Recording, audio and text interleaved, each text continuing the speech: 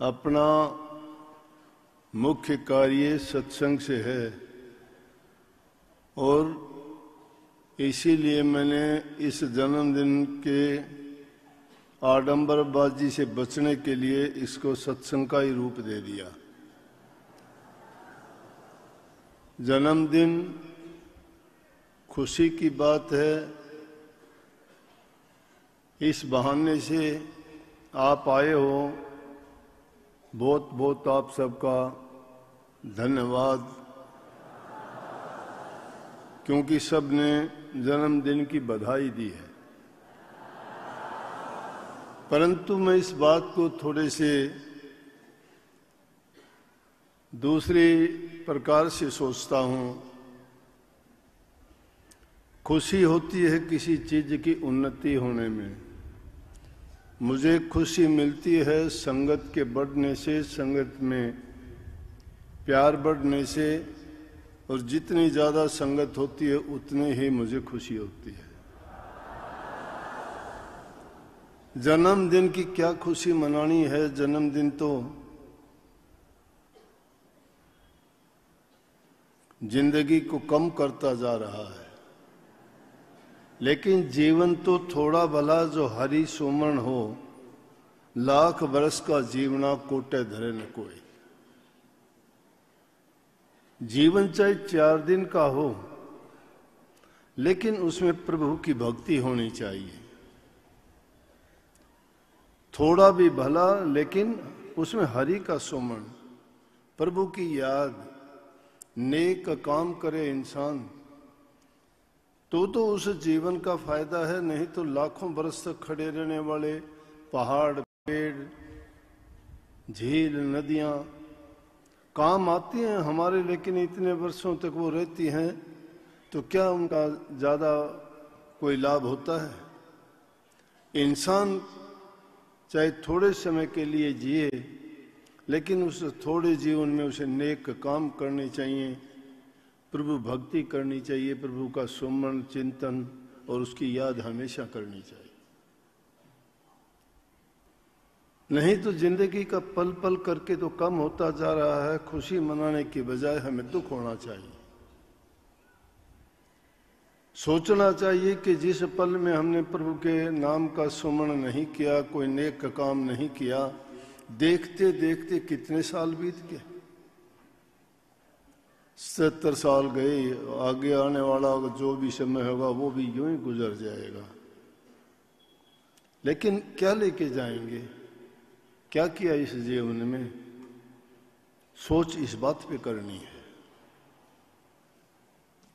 भागी जीव हैं हम कि हमें ये अवसर मिला, महापुरुषों के दर्शन, उनका सानिध्य, उनका सत्संग, उनसे दीक्षा, शिक्षा जो मिली, उसने हमें जीवन की राह दी। उन द्वारा दिखाया गया मार्ग जीवन को सार्थक बनाता है, महत्वपूर्ण बनाता है, तभी से जीवन का कुछ अर्थ समझ में आता है। लाखों जीव पैदा होते हैं, लाखों खत्म हो जाते हैं। कौन किसको याद करता है? 10 दिन से फालतू कोई याद नहीं करता, सब भूल जाते हैं। परंतु जो प्रभु के भक्त होते हैं, जिन्होंने उनके नाम को याद किया, उनकी नाम की कमाई की, वो सदियों तक अमर हो जाते हैं। देह रूप में नहीं होते। उनके सिद्धांत, उनकी शिक्षा, उनके उपदेश हमेशा जीवित रह के संसार के जीवों को उसी प्रकार से मार्ग दिखाते रहते हैं जब वो देह रूप में होते हैं। जीवन है, इसमें उतार चढ़ाव आते रहते हैं, कभी खट्टा, कभी मीठा, कभी दुख होता है, कभी सुख भी होता है। जिंदगी के अनुभव हमने सब प्रकार के देखे हैं, विशेष रूप से मैंने तो सारे देखे। इस जगह तक पहुंचने के लिए अनेकों ऐसे वाकयात हुए जिनको कई बार सहन करना पड़ा, तो कई बार हंस के गुजारना पड़ा, तो कभी उनके ऊपर पर्दा डालना पड़ा। लेकिन मार्ग से भटका नहीं कभी भी। गुरु का नियम, गुरु का सिद्धांत था, इसलिए नहीं कि भटक सकता था, बिगड़ सकता था। मेरे लिए अगर होता तो बिगड़ जाता, बिगड़ा हुआ था ही, कौन पूछता था, किस खेत की मूली थे। लेकिन ये जीवन दिया हुआ सतगुरु का था। सतगुरु के जीवन के साथ हम खिलवाड़ नहीं कर सकते। उस जीवन में करते हमें कौन पूछता था। आज अगर कुछ करते हैं तो गुरु को, सत्संग को, नाम को बट्टा लगता है, और वही लाज, वही मर्यादा और वही सिद्धांत हमें जिंदा रखते हैं। जिस इंसान के जीवन में कोई सिद्धांत नियम ही नहीं है, वो जीना भी क्या है उसका। लाज मेरी नहीं है, इज्जत मेरी नहीं है, याद मुझे नहीं करते हो। अगर मुझे खुश देखते हो, खुशी मेरी नहीं है। अभी जो बातें सुनी मेरी बातें नहीं थी, गुरु की बातें थी। मैं गुरु नहीं हूं, मैं तो सेवक था, सेवक हूं, नौकर हूं। मैंने गुरु वाला कभी सोचा भी नहीं, गुरु वाला पद मैंने कभी संभाला भी नहीं, नाम अपने मन से कभी गुरु बना। लेकिन कबीर साहब की वाणी को अगर याद करोगे तो वो बात बिल्कुल सही भी है। पहले सतगुरु शिष्य भया, अर्जुन तन मन अर्प्या शीस। फिर सतगुरु दाता भया, जिन नाम दिया बख्शीश। सतगुरु बनने के लिए पहले क्या बनना पड़ा? सेवक बनना पड़ा, शिष्य बनना पड़ता है। और शिष्य कब बनता है? जब तन मन अपना सब अर्पण कर देता है। कोई तैयार होता है क्या अर्पण करने के लिए? है किसी में इतनी हिम्मत कि त्याग कर दे? गुरु गोविंद सिंह ने संगत में 5 शीश मांग लिए थे, सन्नाटा छा गया। लाखों की भीड़ संगत थी। बोला है कोई गुरु सेवक जो गुरु के लिए शीश दे सके? गर्दन नीचे कर ली सेवकों ने, जो कहते थे कि हम ये कर देंगे गुरु के लिए, वो कर देंगे।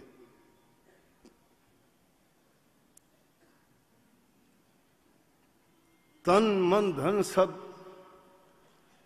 गुरु के अर्पण जो कर देता है, उसका कल्याण उसी वक्त हो जाता है। भक्ति नाम आपने अब तक नाम लिए कितने दिन हुए? अरे कुछ तो पैसे, 2 पैसे कमाए होंगे भक्ति के। दुनिया की मिट्टी की बात नहीं करता, वो मिट्टी है, कुछ नहीं है, वो कोई काम भी नहीं आती है। हाँ, जब तक नहीं मिलती है दुनियादारी में उसकी कदर है।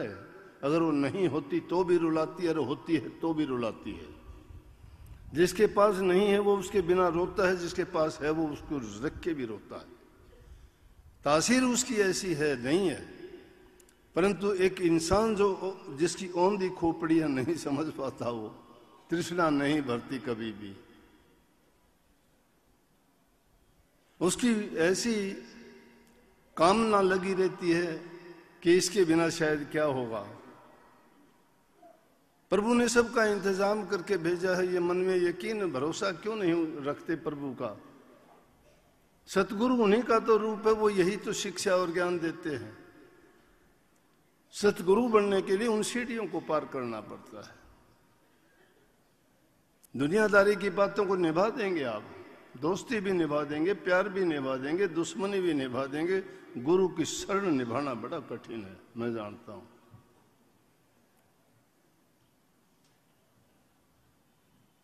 कि गुरु की तरफ से भी कई बार ऐसे बातें बर्दाश्त करनी पड़ती है। दुनियादारों का तो फिर कहना ही क्यों है कि जो उठता है उसको हवा लगती है, धूप लगती है, बारिश भी उसी को सहन करनी पड़ती है। जो उठता ही नहीं, कुछ कहे ही नहीं, तो उसकी गिनती भी क्या है? उठना चाहते हो, बनना चाहते हो, आप सब में वो शक्ति है, सब में ताकत है। संत कहते हैं कोई भी दुर्बल कमजोर नहीं है, हम उसी की अंश है परमात्मा की। और भक्ति, भक्ति जो कबीर साहब के, भक्ति गेंद चौगान की बाहों को ले जाए। ये तो मैदान की गेंद है, कोई भी ले जाए, लेकिन ले जाने के लिए उसको अपना सर्वस्व त्याग करना पड़ता है। त्याग करने के लिए हम तैयार नहीं होते। अगर त्याग नहीं भी करोगे तो भी तुम्हारे पास कुछ रहना नहीं है, सब छूट जाएगा, तन भी हमारा नहीं है। लेकिन जब गुरु को सौंप देते हैं तो सब कुछ अपना हो जाता है, फिर वो दाता बन जाता है, दूसरों को देने वाला बन जाता है। जिसने सब कुछ त्याग दिया उसको सब कुछ मिल जाता है, वो सबको फिर देने वाला बन जाता है, अंत नहीं आता उसका, कोई कमी नहीं रहती, क्योंकि उस भंडार से सीधा उसका संपर्क जुड़ जाता, वो जो चाहे करे। ये गुण उस नाम का है, ये नाम की शक्ति है। हम सब ने नाम लिया है, कोई आपने नाम लेके उधार नहीं रखा, लेकिन कारण क्या है कि हमें क्यों कष्ट दुख होते हैं, क्यों हम इतना कुछ होने के बावजूद भी हमारी वासनाएं खत्म नहीं होती, हमारी इच्छाएं कभी नहीं रुकती, हमारी तृष्णा कभी नहीं बढ़ती। उसका कारण है कि दीमक जड़ में लगी हुई है। किसी पौधे के जड़ में जब दीमक लग जाती है तो ऊपर से हरा भरा सब दिखाई कुछ दिन के लिए देता है, लेकिन धीरे धीरे करके वो दीमक उसको खत्म कर देती है, मुरझा जाता है, पता नहीं लगता कि ऐसा क्यों हुआ। बाहर से कोई रोग बीमारी तो दिखाई नहीं दी, फिर भी खत्म क्यों हुआ। इसी प्रकार से ये मन के अंदर जो द्वेष ईर्ष्या और बुराइयां भरी पड़ी हैं, उस दीमक की भांति इंसान को इंसानियत से गिराती है।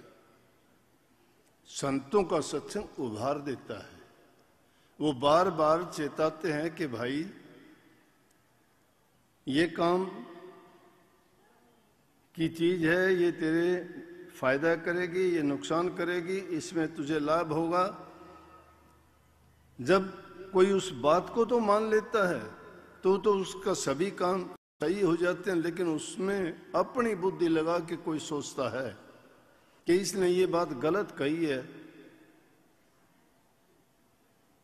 एक आदमी था मेरे पास आया, गले में उसको कैंसर हो गया, आवाज बंद होगी। मैंने उसको कह दिया, जब मेरे से पूछता ही है तो जितनी मेरी समझ होगी मैं वैसा बताऊंगा। मैंने कहा कि एक काम करना, तू इसका ऑपरेशन ना करवाना। उसने सोचा कि इसने गलत बात बताई है, उसने ऑपरेशन करवा लिया। 1 महीना नहीं पकड़ा, खत्म हो गया। वही बीमारी एक लड़के को और होगी। वो लड़का आया, दूसरा भी, कहने लगा जी मुझे भी वैसा ही हो गया। मैं बोला उसको भी मना किया था, आपको भी करता हूं, ऑपरेशन नहीं करवाना। उसने ऑपरेशन नहीं करवाया, उसकी बीमारी ठीक होगी। सब जानते हैं, मेरे पास रहने वाले, उनको पता था। कौन समझता है इस बात को? जहां हम अपनी बुद्धि अपनी चतुराई लगाते हैं गुरु की बात में, तो समझो कि हमने बहुत भारी नुकसान उठा लिया। गुरु की वाणी झूठी हो तो भी सच्ची करके जानी, ये गुरु की बात पर यकीन और विश्वास लाना है। लेकिन हम तो गुरु से ही दुश्मनी पाल लेते हैं कि आजा मैदान में। अरे गुरु तो हारा हुआ है बेचारा, हर चीज से हारा हुआ है, उसके साथ क्या करोगे? जिसने अपनी जिंदगी को ही हार दिया है, तुम्हारे से क्या करेगा? उसका मुकाबला ही नहीं है। तो वो दीमक क्या है? एक औरत थी, पौधे लगा रखे थे, वृद्ध थी, उसको कुछ दिन के लिए बाहर जाना पड़ गया। बोली मुझे तो बाहर जाना था, अब क्या करूं, मेरे पौधों की संभाल कौन करेगा? उसका लड़का बोला माता जी क्यों इतनी चिंता करते, आप निर्भय होके जाइए, मैं संभालूंगा इनको। बोले अरे मैं तो इसमें रोजाना पानी वगैरह देती हूँ। उन्होंने बोला कोई बात नहीं, मैं भी दे दूंगा। कभी देखा ही नहीं था पानी कैसे देते, क्या करते हैं। उसको जाना पड़ा, 10-5 दिन रह के जब आई तो रोजाना पानी देता रहा। पानी क्या देता रहा, पौधों के ऊपर पानी छिड़क देता बस, नीचे पानी जड़ में दिया नहीं। वो आई तो सब पौधे मुरझाए हुए और सूखे हुए थे। कहने लगे भाई तूने गलत किया, तूने मेरे सामने कहा था, वादा किया था कि मैं इनकी संभाल करूंगा, ये पौधे क्यों सूखे? बोला मैंने आपसे भी ज्यादा संभाल की, रोजाना दिन में 3-3, 4-4 बार इनको पानी देता था मैं। बोले बेटा पानी कहाँ देता था? बोला देखो इनके पत्ते में ऐसे साफ करता था, ये करता था। बोला जड़ में तो पानी तूने दिया नहीं। जड़ हम क्या है, जड़ वो इसी प्रकार से हमारा मन है। हम बाहर के शरीर से अनेकों क्रियाएं करते हैं, अनेकों क्रियाएं को जप करते हो, तप करते हो, और की आरतियां करते हो, कहीं कहीं जाके मत्थे टेकते हो, कहीं तीर्थों पे जाके स्नान करते हो, कहीं दान देते हो, लेकिन मन की भावना सही नहीं है। मन के अंदर हमारे व्याधि जो व्याप्त है वो दूर नहीं करते और बाहर का दिखावा करते हैं। जब दिखावा भी अगर सच्चे मन से करो तो भी वो कोई कुछ ना कुछ तो फल देगा, लेकिन संतुष्टि किसकी कर लेते? मन की संतुष्टि करते। मन अपनी संतुष्टि चाहता ही है। संतों ने इस बात को निषेध किया है। वो कहते हैं मन मुक्ता नहीं, यह गुरुमुखता का काम है। गुरुमुख वो है जो गुरु की बात को, गुरु की आज्ञा को मानो, उसको गुरु भक्ति कहते हैं। और गुरु भक्ति किससे होगी? नाम भक्ति, गुरु भक्ति, सेवा भक्ति से प्राप्त होती है। ये सारी की सारी चीजें गुरु की, जब सानिध्य में हम रहते हैं, गुरु की आज्ञा का पालन करते हैं, सच्ची भक्ति वही है।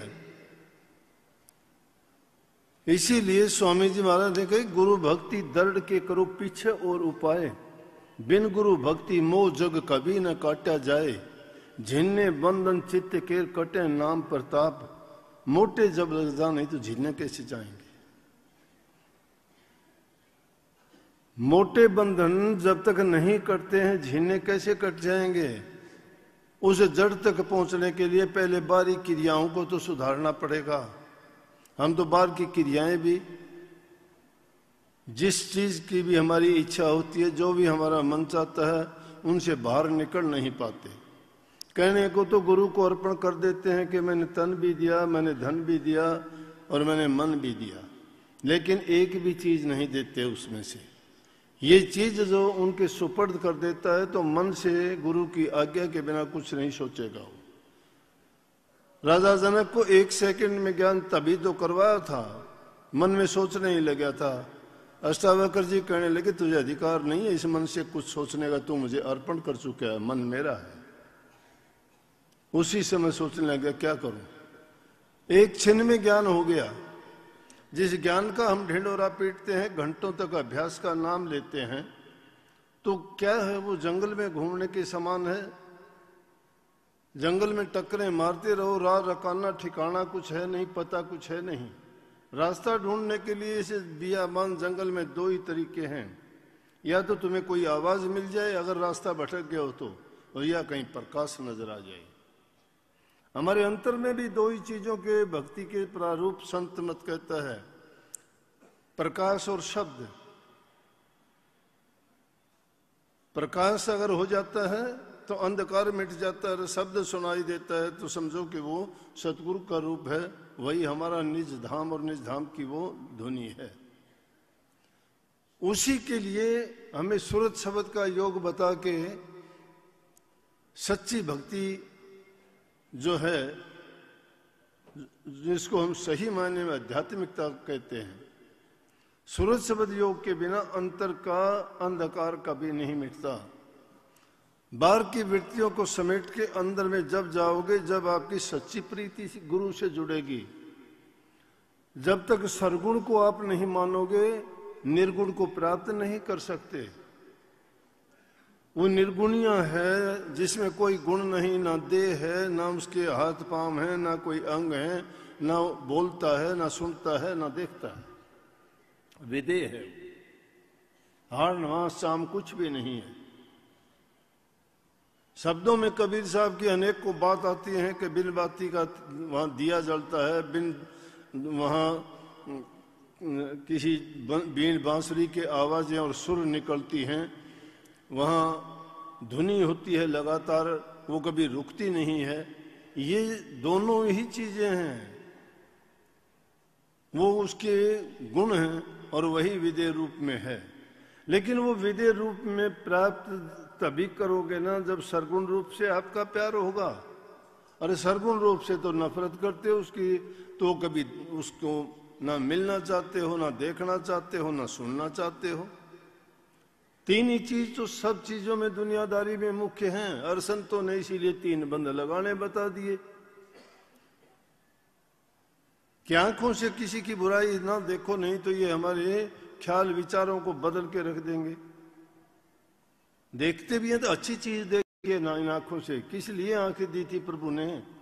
इसलिए दी थी कि इनसे प्रभु के दर्शन क्या करें। और जिसके भी दर्शन करोगे, जैसा भी वो व्यक्ति होगा, जैसे भी उसमें गुण दोष होंगे, या उसके दर्शन करने से वही गुण हमें एक दम से सारा ख्याल वही हो जाएगा। अगर बुरे आदमी के दर्शन करते हमारे विचार दूषित हो जाएंगे। उनका अगर कोई जिक्र करते हो, कोई उनकी चर्चा करते हो, तो हमारे समझ लो कि मन में वही बात घर कर जाएगी और घर उसमें से निकलेगी नहीं। अगर किसी नेक इंसान का जिक्र करते हो तो उसका नाम लेने से ही शांति मिलेगी, मन के अंदर अच्छे अच्छे विचार आएंगे, उनकी दी हुई कही हुई जो भी अच्छी बातें होंगी वो याद आएंगी।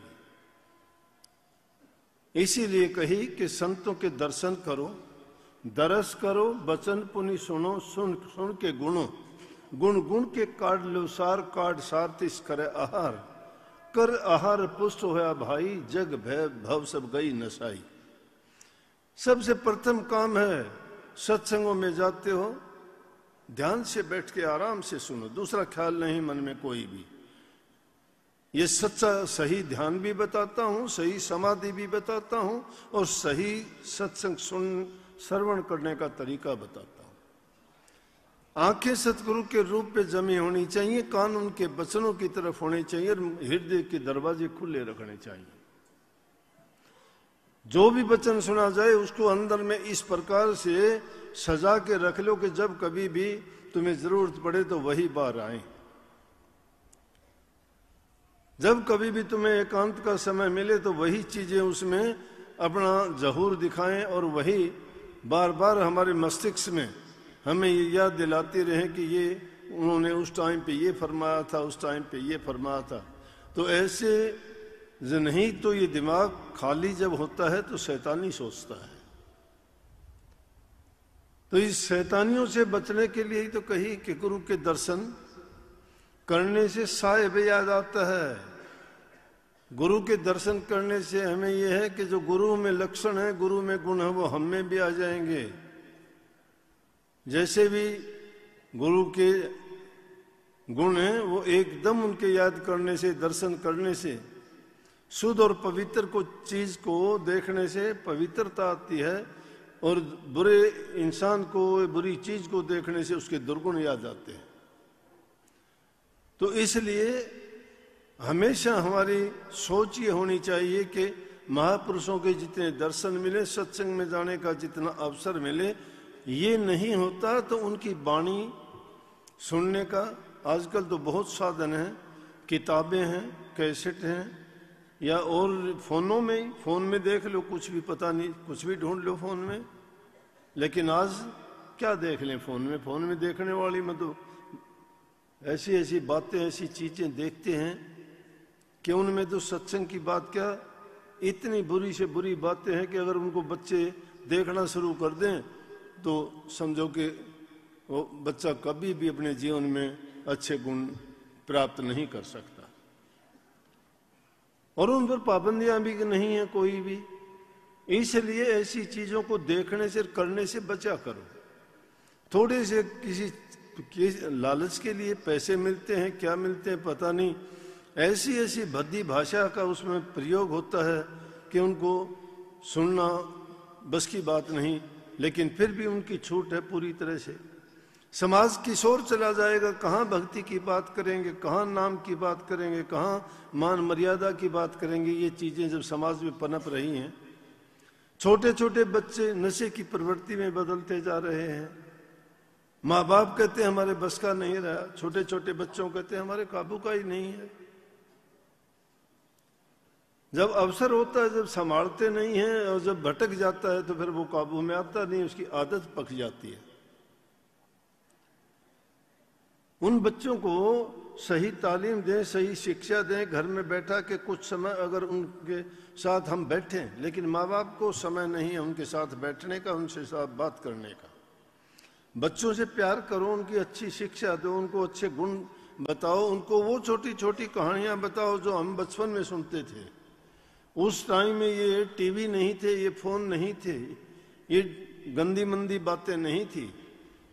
बूढ़े दादा दादियां या माता पिताजी ऐसी कहानी सुनाते थे बच्चों को सोने से पहले कि जिनसे उनके संस्कार बनते थे।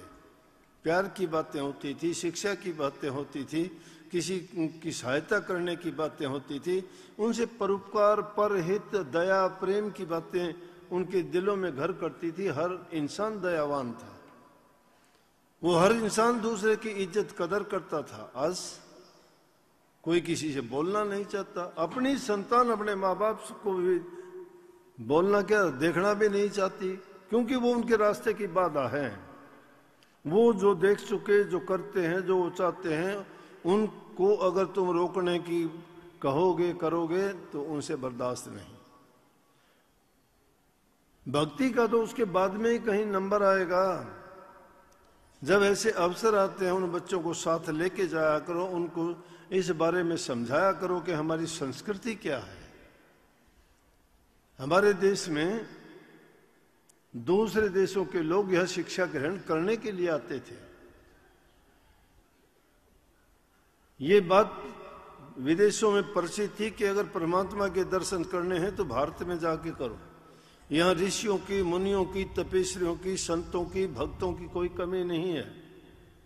इतने आस्थावान लोग हमारे ही देश में हैं, और इसीलिए ये बात थोड़ी जिंदा है कि चाहे बुरी आदतें हैं तो भी इतनी तो आस्था है कि हमारे उन पूर्वजों को, श्री कृष्ण जी को, रामचंद्र जी को, दूसरे देवी देवताओं को, ब्रह्मा जी को, विष्णु भगवान को, हनुमान जी को, देवी माताओं को, सबको वो पूज्य मानते हैं और उनको समझते हैं कि वो अलौकिक शक्तियां लेके आए थे, और आज भी उनका पूजन करते हैं। लेकिन ये सिर्फ जबानी जमा खर्च में मानते हैं, सिद्धांत में नहीं, मन में नहीं उतारते। अब बात कितनी भी बताई जाती है, यहां बात आप सुन के चले जाते हो, घरों में जाके आपकी वही बातें होती हैं, वही निंदा, वही चुगली, वही सास बहू का लड़ाई झगड़ा, वही भाई भाई का झगड़ा, मिटता ही नहीं है। अरे संतों के सत्संग सुन के तो बड़े बड़े दुष्ट और पापी सुधर गए, बड़े बड़े राजे महाराजाओं ने राजपाट त्याग दिए, एक दूसरे की दुश्मनी छोड़ दी। फिर उस सत्संग में आने का फायदा क्या है? बच्चों की वो आजादी है, अब कभी कभी सुन लेते हैं क्या क्या बच्चे गलत काम कर देते हैं। क्यों गलत करते हैं? कि माँ बाप संभाल नहीं करते, उनको बताते ही नहीं। छोटे छोटे बच्चे होते हैं, मन मर्जी के कहीं निकल जाते हैं। कितने लोग अब आके पूछते हैं कि जी बच्चा निकल गया घर से, आ जाता है, फिर पूछते नहीं कहाँ गया था, क्या किया, क्यों गया था, कैसे तेरा काम चला, कहाँ से तूने पैसे लिए, कुछ नहीं बताता है। तो उनके संग साथ को देखा करो कि किसका संग करता है, कैसे लोगों में बैठता है, किसकी बातें सुनता है। ये पहले मूल सुधारने की बात मैं नहीं कहता, कबीर साहब ने भी कही है। वो कहते हैं कि भक्ति करने से पहले मूल को सुधारो। धोती नेति बस्ती पाओ, आसन पदम जुगत से लाओ, कुंभ कर रेचक करवाओ। पहले मूल सुधार कारज हो सारा है, कर नैनो दीदार महल में प्यारा है।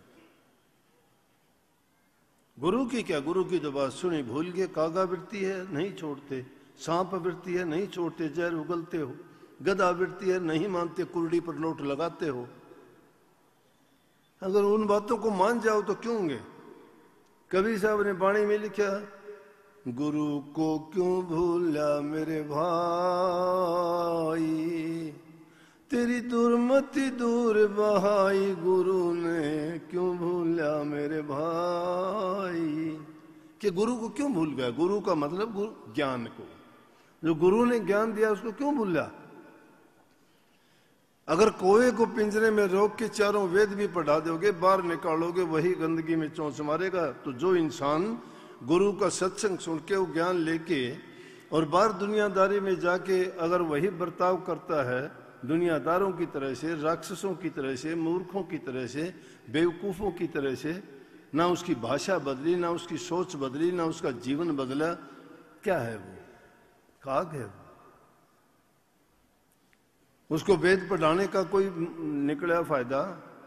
तोते को बहुत रटवा देते हो, राम राम बोल, ये बोल, गुड मॉर्निंग बोल। मैंने देखा एक दो जगह, बाहर गया कनाडा में, एक दिन घूमने के लिए गया, सड़क पे कोई नहीं, मेरी आदत है मैं जल्दी उठ के अकेला भी निकल जाता हूँ, जहाँ कहीं भी जाता हूँ बहुत जल्दी उठ के मैं निकल गया।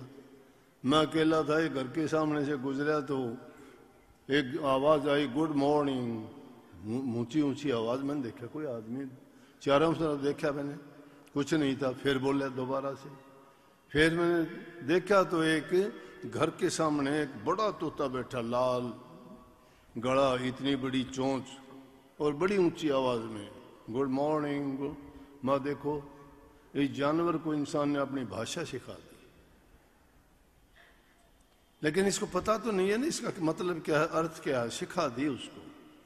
इंसान ने पशुओं को सिखा दिया, पक्षियों को सिखा दिया, बंदरों को नचा दिया, रीछ भालुओं से क्या क्या करवा लेते हैं कर्तव्य, शेर हाथियों को पकड़ के क्या क्या हाथियों से क्या क्या काम लेते हैं, ऊंट जैसे को पालतू पशु बना के क्या क्या पशु हैं वो। लेकिन इंसान ने वो इतनी बुद्धि और अपनी समझ के कारण उनको, लेकिन अपने बारे में कभी नहीं सोचा। अपने बारे में कितना सुधारता है। नई नई वैज्ञानिक खोजें बहुत हो चुकी, रोग बीमारी, इंसान के शरीर की बनावट, क्या चीज कहाँ है, उसमें क्या रोग होता है, लेकिन इंसान जैसा नहीं बना पाए। उसकी नस्ल सुधारने की कोशिश नहीं की, नस्ल नहीं सुधरी इंसान की, और चीजों की कोशिश की। इसलिए अगर इन चीजों की ओर गौर करे, इंसान अपने खुद की ओर सोचे कि हमें सुधार करना चाहिए, बुरी जो आदतें हैं उनको त्याग के अच्छे गुण अपनाने चाहिए। अब एक इंसान जैसा है वो अपनी बात को नहीं त्यागता। जैसे कई बार पहले आई होगी बात, एक कीड़ी नमक के पहाड़ पर रहती थी, एक मिस्री के पहाड़ पर रहती थी। एक दिन मिस्री वाली को नमक के पहाड़ पर रहने वाली कीड़ी ने निमंत्रण दिया कि एक दिन आओ मेरे घर। वो गई, जाके उसने देखा, उसने खाने को दिया, क्या देगी, नमक के पहाड़ पे तो नमक था, नमक दिया। लेकिन उसका चीनी के पहाड़ पे रहने वाली, मिस्री के पहाड़ पे रहने वाली को नमक दे दिया तो उसको बहुत बुरा लगा। वो कहने लगी बहन एक दिन हमारे पास भी आना। तो जब वो गई कीड़ी तो क्या किया कि उसने नमक मुंह में लेके, क्यों नमक खाती थी, और नमक मुंह में लेके चली गई। पूरे पहाड़ पे उसने उसको मिश्री खाने के लिए दी। लेकिन बोली कि बता बहन कैसा आनंद आया तेरे को। बोले आनंद क्या, मुझे तो वही लगता है। बोला कि मुंह पाड़ के दिखाओ तेरा क्या है। देखा तो उसमें नमक की डली है। बोला कि तेरे मुंह में तो नमक की डली जब तक है तो मिश्री का स्वाद तुझे कैसे आएगा, इसको बाहर निकाल। वो निकालने के बाद उसने चखा तो कहने लगी बहन तू तो बहुत अमृत जैसी चीज है, ये तो बहुत मीठी है। बोले तुझे मीठी तभी लगी ना, तेरे मन के अंदर जो नमक था मुंह में से उसका स्वाद अब खत्म हुआ है। इसी प्रकार से जो बुराइयों का नमक हमारे अंदर जब तक भरा रहेगा ना, तब तक उस मिश्री जैसा जो आत्मा आनंद है हमें नहीं मिल सकता। आत्मा आनंद प्राप्त करना चाहते हो तो अपने हृदय को शुद्ध और पवित्र बनाओ। और हृदय शुद्ध पवित्र किस चीज से होगा? ये अगर शुद्ध नहीं होगा तो कितने नाम जपना आप चाहिए, कितना आप दूसरे काम करते रहना, कितने भक्ति की डोंडी पीटते रहना, कितना कहना कि मैं प्रकाश देखता हूँ, कितना ही कह देना कि मैं ये करता हूँ। और जब तक हमारे विचार ख्याल नहीं, समता भाव नहीं आया, सहनशीलता नहीं आई, हृदय में दया भाव नहीं है, कि संवेदनाएं नहीं है हमारे दिल में किसी के प्रति, हम तो बुरे से बुरा पाप कर जाते हैं, ये सोचते ही नहीं तूने क्या कर दिया। हमारे अंदर तो ये भी नहीं है कि किसी का नमक खाते हैं कि उसके साथ भी गद्दारी ना करें। जिसका खाते हो उसी से धोखा दगा करते हो, बल्कि सबसे ज्यादा उसी का करते हो। दूसरे का नहीं। तो इंसान में इंसानियत कहाँ रह गई? फिर कैसे ये कल्पना कर सकते हैं कि ये जिस काम में लगा है इसमें इसको सफलता मिलेगी? अगर सच्ची भक्ति करना चाहते हो तो मैं कहता हूं कि अच्छे गुणों को अपना लो। भक्ति करने की जरूरत नहीं है, किसी से नाम ना लेना, नाम की जरूरत नहीं पड़ेगी आपको। श्रवण कुमार ने किसी का नाम नहीं लिया, माँ बाप की सेवा की, कोई गुरु नहीं था, सेवा करते नहीं, प्यार करते नहीं, मन में इतना द्वेष भरा हुआ है, फिर कैसे हम कहें कि हम भक्ति करते हैं? हाँ, इतना है कि एक पत्थर धूप में पड़ा है तो वो गर्म होगा, लेकिन उस पत्थर को पानी में डाल दिया जाए तो ठंडा जरूर होगा, लेकिन अंदर से वो सूखा ही मिलेगा। हमारे अंदर ये बात तो है कि कम से कम ये इतना, बाहर से तो थोड़े ठंडे तासीर लगती है, सत्संगी हैं, लेकिन अंदर के अंदर वही सूखापन भरा हुआ है। और वो सूखापन दूर कैसे होगा? नाम भक्ति से होगा, गुरु भक्ति से होगा, सेवा भक्ति से होगा। गुरु के बन जाओगे तो तुम्हें ये चीजें प्राप्त हो जाएंगी। गुरु तो शीत मीत में ही दे देता है। गुरु देता क्या है? गुरु की तो दृष्टि में ही है। लेने वाला चाहिए, लेने वाले की कमी है, गुरु देने वाले की कमी नहीं है। सतगुरु सबको देते हैं, लेता नहीं कोई, सबको देता है। अब कोई बात किसी से बचाई गई है क्या? इसी को जो मान लेगा वो इंसान अपना काम कर जाएगा, जो उनको नहीं मानेगा वो महाराज जियों के समय की बात है। दादरी में एक सत्संग हो रहा था, थोड़े आदमी बैठे थे, गए थे महाराज जी कुर्सी पे जाके बैठे, 30-40 सत्संगी वहां बैठे हुए थे। मैं फिर गाड़ी खड़ी करके पीछे बैठ गया। महाराज जी ने जब इस तरह वाली बात कही, जो अपनी सामाजिक बात, घर गृहस्थी की बात, अच्छी बातों को अपनाने की, बुराई छोड़ने की, तो एक आदमी पीछे से आके बैठा, नुगरा था, बिना गुरु का, कोई संत महात्माओं की कदर नहीं जानता, तो देखने के लिए आया था कि देखा क्या है ये। बोला कि मैं उसके पास बैठा था। बोला इन बातों का तो हमें पता ही नहीं है। मैं बोला खड़ा हो जा, चल बाहर चल लांगे। बाहर ले जाके मैं बोला कि जब पेराया था वो रही थी कराना आया था। मतलब दुष्ट आदमी ने दुष्टता तो मानेगा। बोला ना मैं तो न्यू नहीं कहूँगा। और क्या कहता तू? तेने बुलाना तो को नहीं कहा ना कोई। बेरा उस इंसान को होता है जो उनको अपना ले। मैं भी बात बताता हूँ, आपको सबको पता है, ये बात जानते हो, कभी नहीं सोचते हो, आप सब जानते हो, मेरे से ज्यादा जानते हो। लेकिन फर्क है भाई, मन ने मानी तो मान दे को नहीं। स्वीकार करो इस बात ने कि मन ने मानी थी, आप लोग मानते नहीं हो। अगर आप लोग मान लो तो ये बात कहने की जरूरत ही नहीं पड़ेगी। लेकिन मानना कब होगा? जब मन के अंदर ये तुम्हारे बात घर कर जाएगी, जम जाएगी कि हाँ, मैंने जो रास्ता अपनाया है, जो मैंने गुरु से नाम की भक्ति का जो शक्ति प्राप्त की है, उसी से मेरा कल्याण होगा, उसी से मेरा उद्धार होगा। ये दुनियादारी की चीजें साथ निभाने वाली नहीं है, ना इनकी तासीर अच्छी है। ये जितनी जिसको ज्यादा मिलेंगी उतना ही ज्यादा उसको खराब कर देंगी। आदमी अपनी भावनाओं को पवित्र शुद्ध बनाओ, विचार अच्छे बनाओ। इन चीजों से तो ये आपको अपने आप, बुढ़ापे में कोई कहता है कि मुझे ये दे दो, मुझे वो दे दो, क्यों इनकार कर देता है शरीर। इंद्रिय स्वाद उनका खत्म हो जाता है, जवाब दे देती है कि नहीं मुझे जरूरत है। आप कहोगे कि घी दूध खाया कर, ना बोला अरे कहाँ घी दूध खाऊंगा, नहीं खाया जाता। अगर खा लेगा तो तकलीफ देगी उसको। इसी प्रकार से ये चीजें भी जवानी के टाइम में ही कर सकते हो। बुढ़ापा जब आएगा कुछ नहीं कर पाओगे, अभी करो, अभी समय है। और इंसान कभी लेट नहीं होता है। संतों ने यही शिक्षा दी है कि कितनी भी उम्र में करो। और स्वामी जी महाराज ने तो बात बहुत स्पष्ट और सीधी कही कि सूरज शब्द का योग 8 साल का बच्चा भी कर सकता है, 60 साल का आदमी भी कर सकता है। वही बात कबीर साहब ने कही।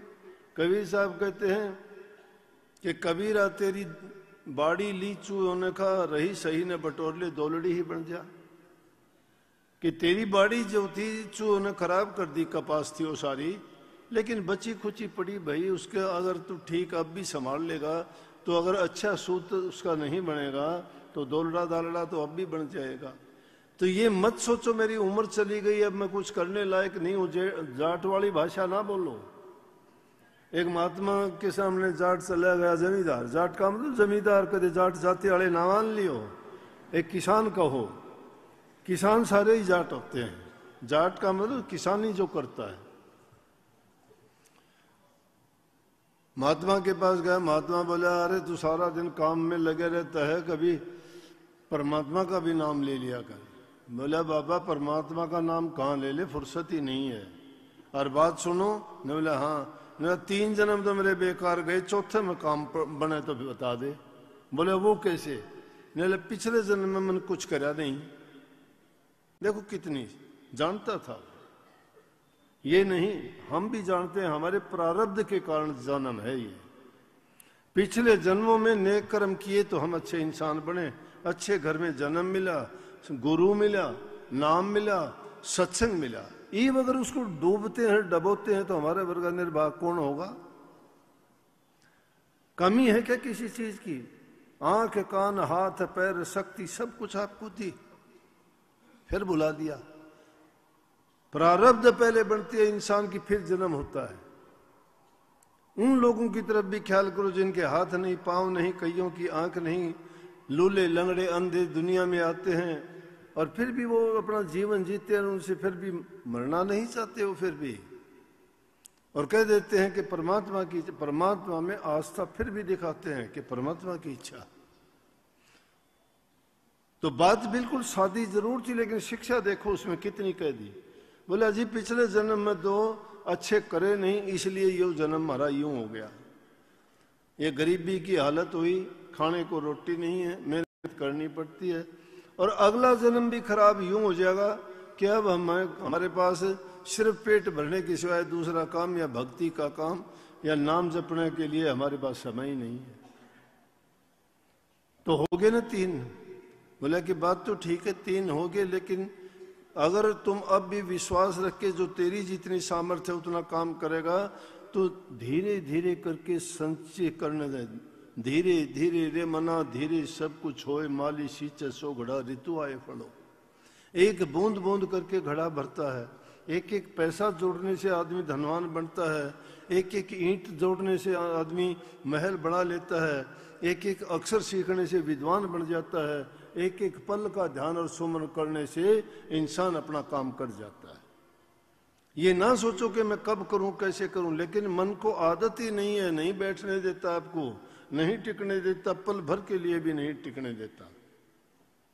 जब भी बैठते हो तो तुम्हें कहीं ना कहीं घुमाता है, लेके जाता है पुरानी बातों में, किसी की दुश्मनी की, किसी की दोस्ती की, कभी बचपन की, कोई आपके काम की, कोई किसी से लड़ाई झगड़े की, उन बातों में उलझा देता है और फिर भी नहीं सोचते मन क्या करता है। इसीलिए संतों ने कहा है कि घर में झगड़ा बहुत भारी है। पहले मैंने एक शब्द लिखा, 4 लाइन लिखी है कि 5 का झगड़ा पड़ा जगत में, झगड़त जन्म बीते सारा। कोई काम कोई क्रोध से लड़ता है, किसी को लोभ भारा, अलग अलग कामनाओं के कारण मर गया। लेकिन घबराओ नहीं, जो वक्त आता है तुम अपनी तरफ से बुरा ना करो, देखते चलो, सतगुरु तुम्हारे साथ है। इस वाणी में नहीं कह रखा कि जब भक्ति के रास्ते पर चले हो, कबीर साहब ने दिए कहिए कि जो तू नाच नीकसी पर घूंघट कैसा, घूंघट के पट खोल दे मत करो अंदेशा। जब भक्ति के मार्ग पर चले सो किसकी चिंता, और चिंता प्रभु के नाम पर चले हो तो फिर एर गैर से तुम्हें डरना भी क्या है। शरणा जब सतगुरु का लिया, डरते एर गैर से, वो क्यों डरते हो? उनसे पूछ के देखो कोई साथ देगा क्या हमारा? कोई नहीं देगा। मत देखो, किसी का साथ देखोगे साथ हट जाएगा, छोड़ देगा। सवा लंबी बनो, अपने आप जीना सीखो। जिसका सहारा पकड़ोगे वो छोड़ देगा। वहम हो जाएगा उसको कि शायद मेरे कारण ये है, मैं अगर ऐसा नहीं करूंगा तो नहीं होगा। गलत बात। तुम अगर अपना करना चाहते हो, सेल्फ डिपेंडेंट बनो, परमात्मा ने आपको सब कुछ दिया है और उसको साथ लो जो तुम्हारा साथ निभाए। दुनियादारी में कोई साथ निभाना, ना पत्नी साथ देगी, ना भाई साथ देगा, ना संतान साथ देगी। सतगुरु साथ देगा, सतगुरु का दिया हुआ वचन, काम, शिक्षा साथ जाएगी आपके। नेक काम करने का फल आपके साथ जाएगा, वो नेकी करो। और जब ऐसी वैसी हालत होती है, कोई बात आपका विपदा आती है, तो मेरे वाली बात याद कर लिया करो। सोचा करो कि अगर थोड़ी बहुत भी उकसुक होगी, कोई गड़बड़ होगी, तो सारा कराया कराया मड़िया मेट हो जाएगा छोटे से काम के लिए। स्वामी जी महाराज ने कहा, मौत से डरत रहो दिन रात। एक दिन काठी बने तुम्हारी, चार कहरवा लादे जात, भाई बंधु कुटुंब कबीला सो सब पीछे भागे जात। मौत से डरत रहो दिन रात। शमशान घाट तक के साथी हैं, शायद वो जाके आग जरूर लगा देंगे, और कोई नहीं साथी। इतने साथी हैं। तो जब मेरे पर तो ऐसी आफत आई ना, बहुत आई, लेकिन मैं तो जब कहा करता, मैं तो अपने आप लिख दिया मैंने, दास कंवर ख्यास नहीं तो नाश बात का हो जाएगा। क्यों हो जाएगा नाश बात का? इतने दिन तो रहरीब चाल देगा, तेरा पांव टूट जाएगा तो लंगड़ा हो जाएगा, बुराई बन जाएगी। इसलिए जो कहता है कहने दे। याद आई कबीर साहब की वाणी, कहते को कह जान दे और गुरु की सीख तू ले। दुष्ट जन और स्वान को और बाउट जवाब ना दे। दुष्ट को और कुत्ते को बाउट के जवाब नहीं देना चाहिए, क्यों? वो दूनी आया आया करेंगे। तो चींची ना करो, गुरु की शिक्षा ले। गुरु की सीख ये है कि बर्दाश्त करो, अपने आप उनको इसका पता लग जाएगा। तुलसी साहब हाथरस में हुए, हाथरस वाले रामायण ये लिखी वो नहीं, घट रामायण लिखी वो। सत्संग करने के लिए जा रहे, बच्चों ने उनको पत्थर मारे। गिरधारी दास उनका शिष्य था, साथ रहता था हमेशा। वो उनके पीछे भाग गया बच्चों के। बोला गिरधारी दास क्या करता है? बोला जी ये पत्थर मारते हैं, हमारे सिर में लग गया जी। बोला तेरे को लग गया कोई? नहीं लग गया तो नहीं, लेकिन लग जाएगा। नहीं छोड़ तुम इस बात को। आगे वो अगले गांव में गया, अगले गांव वाले अच्छे आदमी थे, वो मिल गए रास्ते में। उनके पकड़ के उन बच्चों दो चार चार मारे। बोला महापुरुषों क्यों दुखी करते हो रे पागल? बोला गिरधारी दास देख लिया, तुम अगर कोशिश करते तो बुराई तुम्हारे बंद नहीं थी, लेकिन प्रभु ने सबका इंतजाम कर रखा है। अपने हिंदी में बहुत ही पढ़े लिखे आदमी कहा वेट एंड वॉच, है ना? वेट एंड वॉच, इंतजार करो देखो क्या होता है। बात तो बहुत बढ़िया है, लेकिन करते नहीं ऐसा। यूं तो सड़कों पर भी बहुत अच्छी लिख रहा कि मैं देख लेता हूं ऐसी। अंग्रेजी में लिख रखा स्टॉप, वॉच एंड गो। ये जीवन का सार बता दिया है मुझे तो। ख्याल करो, स्टॉप, रुक के देखो, देखो फिर जाओ, फैसला बाद में करो, समझ आ जाएगी सारी कहानी। तो मैंने कहा कि दास कंवर ख्यास नहीं तो नाश बात का हो जाएगा। खींच ले नीची ना कर ची, मैंने क्यों कुछ भी कह गया कोई, मैं नीची खींच ली, भूंडी कही याची कही, क्या वो खींच ले नीची ना कर चीची, नहीं तो करी कराई खो जाएगा। गुण का गा के गुण तो है, और दुष्ट ओगुण करने रो जाएगा। और गया वक्त हाथ नहीं, और फिर पछताए क्या हो जाएगा। वक्त गुजर जाने के बाद फिर नहीं आता कभी भी। ऐसा काम करो ही ना पछताना पड़े। धैर्य जो रखता है सब शांति में है। उस शांति के लिए, संतोष के लिए हम हर कोशिश करते हैं, नहीं मिलती। और जब वो मिल जाएगी तो सोच लेना कि तुम्हारे पल्ले नाम है। ये गुरु की शिक्षा है। अब गुरु वचन मानने नहीं, गुरु ही लगावे दोष, ऐसे पापी दुष्ट को मोहे न पावे मोक्ष। गुरु वचन को तो मानते नहीं, फिर दोष लगाओ। गुरु क्या करेगा? वैद से पुड़िया लेके तुम रख दोगे ताक में, दवाई लोगे नहीं, परहेज पूरा करोगे नहीं, वैद ने दोष दोगे कि इलाज नहीं हुआ मेरा, इलाज नहीं हुआ मेरा, गलत दवाई थी। अरे दवाई तो सच्ची थी, लेकिन ना तो टाइम पे ली, ना आपने नियम पूरे किए, ना परहेज पुगाए। अगर ऐसा करते तो नाम तो बहुत ऊंची चीज है, जो आदमी को जन्म मरण से मुक्ति देती है, सारे जन्म जन्मांतर के पापों का नाश करती है, तुम्हें हर दुष्कर्म से बचा के उज्जवल पवित्र बनाती है, दुनियादारी से इस काल की जेल से निकाल के सदा के लिए मुक्त कर देती है। वो नाम आसान है क्या? ये थोड़ी है कि वो नाम तुम्हें दोनों गाड़ियों में पैर रख के मिल जाएगा कि दुनियादारी में भी मौज मस्ती करते रहो और वहां भी। ये दुनियादारी की मौज मस्ती चंद रोज की है, 4 दिन की चांदनी फिर अंधेरी रात। अपना आपा बनाना सोचना चाहते हो तो नाम भक्ति किया करो।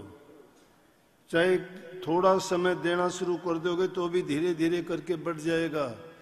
आदत डालोगे तो तुम्हें आदत पड़ जाएगी, वो अपनी रूह की खुराक बन जाएगी, वो अपने आप मांगना शुरू कर देगी। टाइम पर जिस दिन नहीं करोगे अपने आप को अपराधी मानोगे, लेकिन आपको ये बोध ही नहीं है कि मैं क्या करता हूँ, गलत करता हूँ या सही करता हूँ।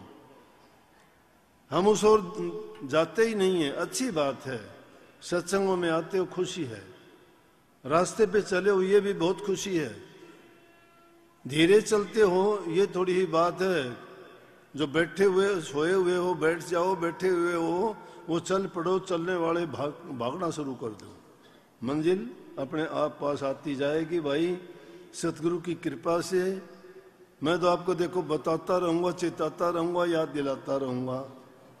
बाकी अब मैं भी उम्र से देखो डरता जा रहा हूं। देखो दम लिख रखा पहले 77-78 साल है ना। मैं मानूं तो कोई था, लेकिन ये लिख के मैंने बूढ़ा बना दे हैं। जब मैंने यूं कह दे कि 50 साल हुई है भाई, मैं दिया मानदा को 77 वाली में तो जो गुरु की दी हुई है उसने मानू। ये बनाई जाओ मनज कितने साल का रोजाना, लेकिन उम्र का क्या करना है, नेक काम करो, अच्छे काम करो।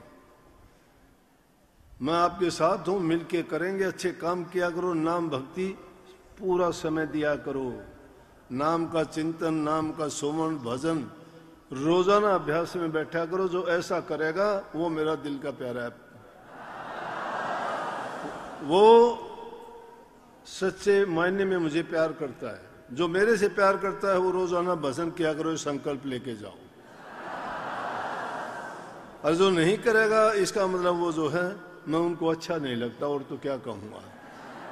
सबको बहुत बहुत आशीर्वाद।